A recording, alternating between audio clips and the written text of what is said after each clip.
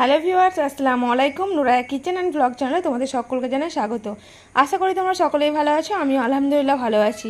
তো আবার হাজির হয়ে গেছি তোমাদের সামনে আরেকটা রেসিপি নিয়ে।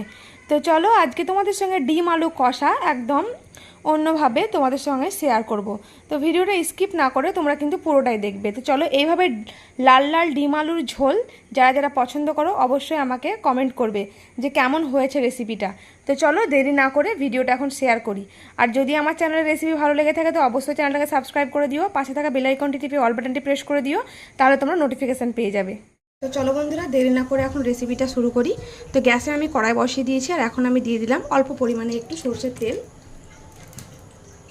তো তেলটা গরম হয়ে গেছে, তো প্রথমে আমি ডিমগুলোকে একটু ভেজে নেব।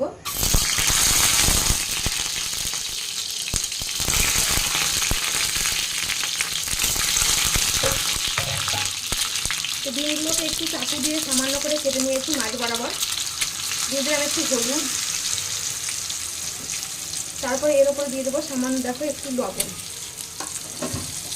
এবার একটু লাল করে ভেজে নিতে হবে।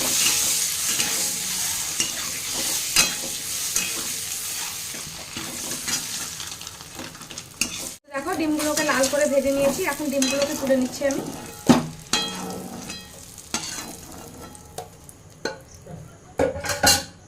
তো ডিমগুলো তুলে নিলাম আর এখন আমি এখানে দিয়ে দিচ্ছি আর একটু সরষের তেল। ওই একই তেলে আমি রান্নাটা করে নিব। দিয়ে দিলাম সরষের তেল। তেলটা গরম হয়ে গেছে, এখন আমি তেলের মধ্যে দিয়ে দিচ্ছি দেখো তেজপাতা, লং আর এলাচ। তো তেলের মধ্যে এই মশলাটা আমি এখন দিয়ে দিলাম। এবার আমি এর উপরে দিয়ে দেবো একটা গোটা পেঁয়াজ।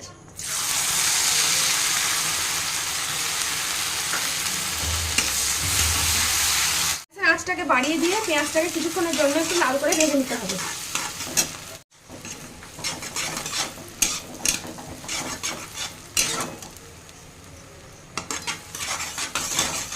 এবার আমি এখন দিয়ে দেবো এখানে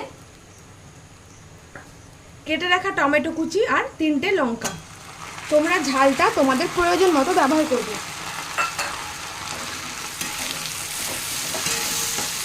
আমি কিন্তু এখানে বেশ বড় সাইজের একটা টমেটো, পেঁয়াজটাকে 2 মিনিট মতো ভেজে নিয়েছি।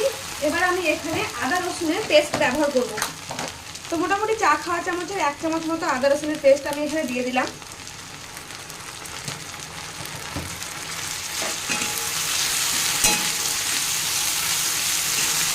এখন সমস্ত মশলা এখানে দিয়ে দেবো। তো প্রথমেই দেবো স্বাদ মতো দেখো লবণ, তারপরে এখানে দেবো প্রয়োজন মতো হলুদের গুঁড়ো,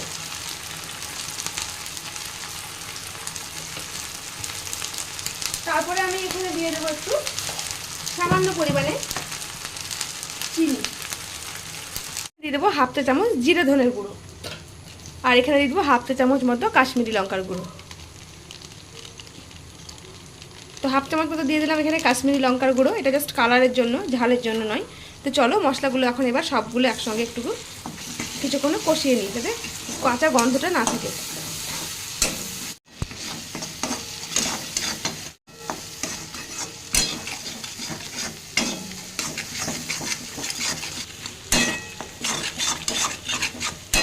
এবার আমি অল্প পরিমাণে একটু পানি, যাতে মশলাটা ভালোভাবে টমেটোগুলো গলে যায়, পেঁয়াজটা গলে যায় আর কোনো গন্ধ না থাকে কাঁচা মশলার। তো এটাকে আমি এখন ঢাকা দিয়ে 2 থেকে 3 মিনিট মতো ফুটিয়ে নেব। তো বন্ধুরা দেখো মশলাটা কিন্তু কষানো হয়ে গেছে। এখন আমি এখানে দিয়ে দেবো কেটে রাখা আলু। তো এই আলুগুলো কিন্তু আগে থেকে আমি প্রেসারে 2টো সিটি দিয়ে দিয়েছিলাম। তো তোমরাও এভাবে মোটা মোটা করে আলু কেটে নিলে প্রেসারে আগে 2টো সিটি দিয়ে দিবে, খুব সেদ্ধ করবে না। তারপরে কিন্তু সঙ্গে সঙ্গে প্রেসারটাকে তোমাদেরকে খুলে দিতে হবে, ভাতটা যেন কোনোভাবে বসতে না পারে। তখন আমি দিয়ে দিলাম আলুটা। এবার ভালো করে একবার মশলার সঙ্গে আলুটাকে মেখে নেব।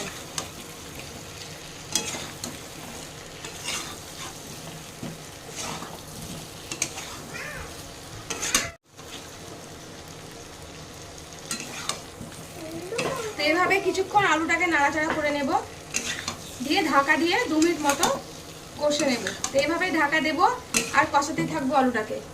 দেখো আলুটা কিন্তু আমি 2 মিনিট পর পর এইভাবে ঢাকা দিয়েছি আর নাড়াচাড়া করে নিয়েছি। তো দেখো আলুটা কিন্তু খুব সুন্দর কষানো হয়ে গেছে। তো এখন আমি এখানে দিয়ে দেবো সেদ্ধ করে রাখা ডিমগুলো। সেদ্ধ করে রাখা ডিম আমি এখানে দিয়ে দিলাম। আর একবার নাড়াচাড়া করে নেবো একটু। যেহেতু আলুটা কিন্তু আমার আগে থেকে একটু সেদ্ধ করা আছে, পুরোটা নয়, অর্ধেকটা সেদ্ধ করে রেখেছিলাম, তো তার জন্য এটা আমার বেশিক্ষণ সময় লাগবে না সেদ্ধ হতে। তো চলো এখন নাড়াচাড়া করে নিয়েছি, আমি এখানে দিয়ে দিচ্ছি পানি।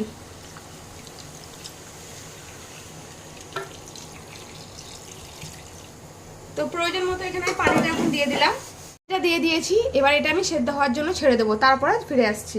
তো তোমরা স্কিপ না করে প্লিজ পুরো ভিডিওটা দেখবে।